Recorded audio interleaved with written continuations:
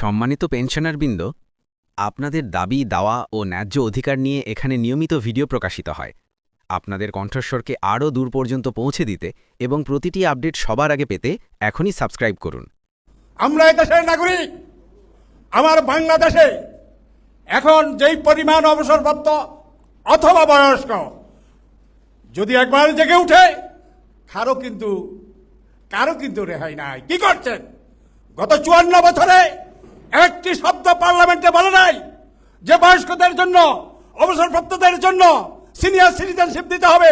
একটি শব্দ বলে নাই। তার মানে কি? একটি শব্দ বলে নাই কোন সরকার। সরকার আর দেশ এক জিনিস নয়। আমরা এই দেশের নাগরিক। দেশের কিছু করণীয় আছে, পার্লামেন্টের সিদ্ধান্তের ব্যাপার আছে। কোনোদিন তো কেউ কিছু বললেন না। 54 বছর শেষ হয়ে গেল। এত রক্তপাত, এত যুদ্ধ আমরা সংগঠিত করেছিলাম। জীবন দিয়েছে আমাদের, লক্ষ লক্ষ মা বোন ইজ্জত দিয়েছে। কিন্তু বিনিময় কি হলো? হয়েছে কি? আমরা তো সরকারগুলি দেখেছি। একবারও তো বলেন নাই। বয়োজ্যেষ্ঠদের সম্মান দেন নাই। তাদের সিনিয়র সিটিজেনশিপের কথা বলেন নাই। তারা কিভাবে রাস্তায় চলে সে কথা বলেন নাই। তারা হাসপাতালে গেলে ঘন্টার ঘন্টা লাইনে দাঁড়াতে পারে। তারা কি দাঁড়াতে পারে? তারা দাঁড়াতেও তো পারে না দীর্ঘ সময়। যাই দেখেন হাসপাতালগুলোতে কি পরিস্থিতি। কঠিন একটা অবস্থার মধ্যে তারা আছে। হতাশ হয়ে তারা আসলে দিনাতিপাত করছে। আসুন আমরা দেখছি সম্পদ যা ছিল আপনার কি করেছেন। চাকরি থেকে যখন এসেছেন, যখন যে টাকাগুলি পেয়েছেন, মেয়ে বিয়ে দিয়েছেন, ছেলেকে বিয়ে করেছেন, হ্যাঁ, আত্মীয় স্বজনকে নিয়ে কিছু আনন্দ করেছেন। এরপরে আপনার পয়সা শেষ। তারপর কি? ছেলেদের উপরে আপনাকে নির্ভর করতে হয়। তাদের চাকরি দিতে পারেন নাই। সে কিভাবে আপনাকে লালন পালন করবে, যেহেতু এই দেশে কোনো কর্মসংস্থান নাই। দেশ স্বাধীন করেছি যখন, তখন 72টা জুট মিল ছিল, 42টা টেক্সটাইল ছিল। আজকে বাংলাদেশে কি আছে? এই ব্যর্থ সরকারগুলির জন্য আমাদেরকে ওদের কাছ থেকে জবাব নিতে হবে। অতীতে যারা সরকার ছিল, বর্তমানে যারা আসবা, আমাদের কথা ভাবতে হবে। না ভাবলে তোমাদের অবস্থা কিন্তু বেহাল হয়ে যাবে। তোমরা আমাদের চিন্তা করতে হবে। তুমি তোমার বাবাকে সম্মান করবে না, তুমি তোমার দাদার পরিচয় দিবে না, তুমি তোমার বাপের পরিচয় দিবে না। তোমার পরিচয় আমরা কেন দেব? ওয়ারিও এইমাত্র তোমার জন্ম।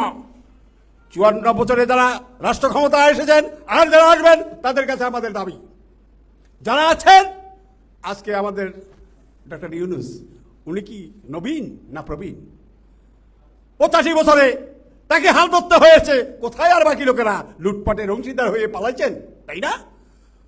Those who are political leaders and workers, they are tout and butper, লুটার সিটার, লুট লুট লুট, হরিলুট মহালুট।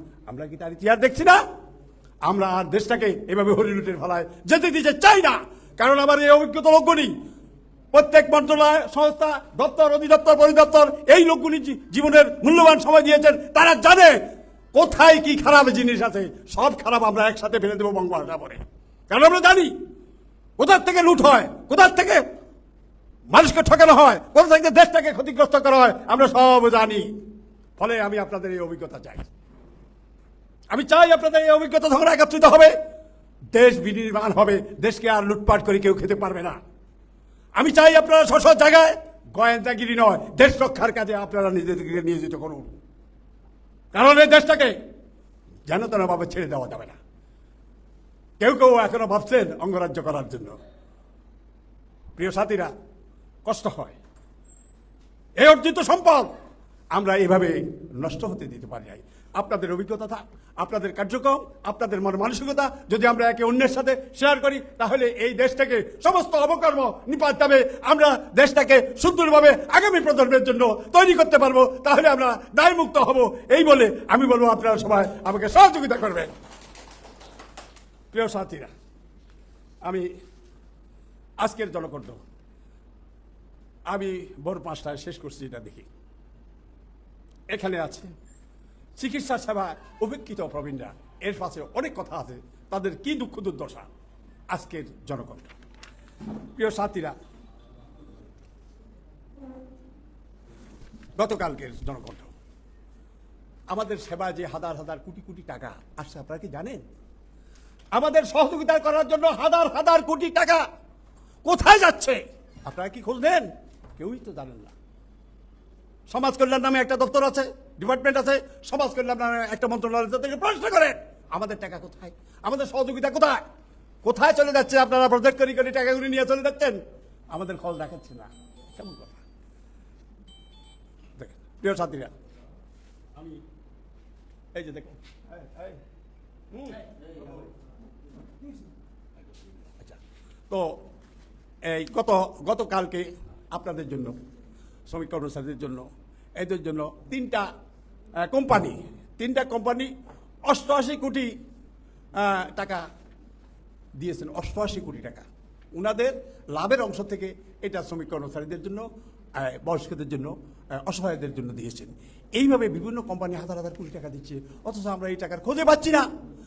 আমাদের কল্যাণ যেটা আছে, আমাদের যে কল্যাণ অধিদপ্তর আছে, আসলে আমরা কল্যাণের নামে অকল্যাণ দেখছি। আপনারা যারা অবসরপ্রাপ্ত আছেন, আপনাদের জন্য যে কঠিন রোগের চিকিৎসার কোনো ব্যবস্থা টাকা তিনারা দেবেন না। আমি বললাম যে কেন? আমাদের রোগ প্রতিরোধ ক্ষমতা কমে যায়, আমরাই কঠিন এবং জটিল রোগের শিকার, অথচ আমাদেরকে দিবে না। দিবে যারা চাকরিতে আছে, যারা প্রতিরোধ করতে পারে, তাদেরকে দিবে 2 লক্ষ টাকা, 3 লক্ষ টাকা। এ কেমন অবিচার? সেখানে আমার দরবার করা আছে বারবার। হ্যাঁ, তো এইভাবে আমরা যে কল্যাণ থেকে যে টাকাগুলি সব দেওয়া হয়, সেই টাকাগুলির সদ্ব্যবহার আমরা পাচ্ছি না, অর্থাৎ আমাদের লোকদের জন্য সেভাবে দিচ্ছে না। মারা গেলে 30,000, আপনারা সবাই জানেন না। আমাদের লোক তো প্রতিনিয়ত মারা যাচ্ছে, কে কোথায় থেকে নেবে? যোগাযোগ নাই, কোথায় পাবে? কাগজ দিতে পারছে না। আমাদের এখানে কর্মকর্তা কর্মচারী আসলে সাংবিধানিকভাবে হলো অল আর ইকুয়াল এমপ্লয়ি, বুঝতে পারছেন? ওই আমাদের অবসরপ্রাপ্ত সংগঠনে এখন কর্মচারী হয়ে গেছেন ওনারা, কিন্তু সবাই সচিব। ওখানে ওনারা কর্মচারী রাখতে রাজি না, সমস্যা। তাহলে সেই বিষয়ে আমরা ভবিষ্যতে সদস্য হব। সেখানে আমাদের যথেষ্ট প্রায় কয়েকশো কোটি টাকার সম্পদ আছে। আমাদের হাসপাতাল আছে, হাজব্যান্ড ওয়াইফ দুজনের চিকিৎসা ফ্রি অনেকটা। এরপরে হলো আমরা হেলথ কার্ড চাইছি। আমাদের যে যুক্তি যে হেলথ কার্ড না হলে আপনাকে তো এমনিতে সম্ভব না, হেলথ কার্ডটা হলেও তবু আপনি কিছু পাবেন। তো সচিবালয়ে থাকাকালীন নেতৃত্বের সময় যাই হোক আমরা একটা হাসপাতাল করেছি, তার প্রস্তাবক আমি এখনও বেঁচে আছি। প্রথম প্রস্তাবক আমি, যে সরকারি কর্মচারীর জন্য একটা হাসপাতাল করুন। মহিউদ্দিন সাহেব বললো যে এইটা কি কথা? আমি তাহলে 2 দিন 3 দিন অ্যাবসেন্ট থাকলে আপনার হাসপাতালের বেড দেখাতে হবে, ভর্তি হয়েছেন সেটা দেখাতে হবে। হাসপাতাল কি কেন বাবা? যাই দেখে তো, 3 দিন ঘুরি তো ভর্তি হওয়া, 5 দিন ঘুরি তো ভর্তি হওয়া, তাই না?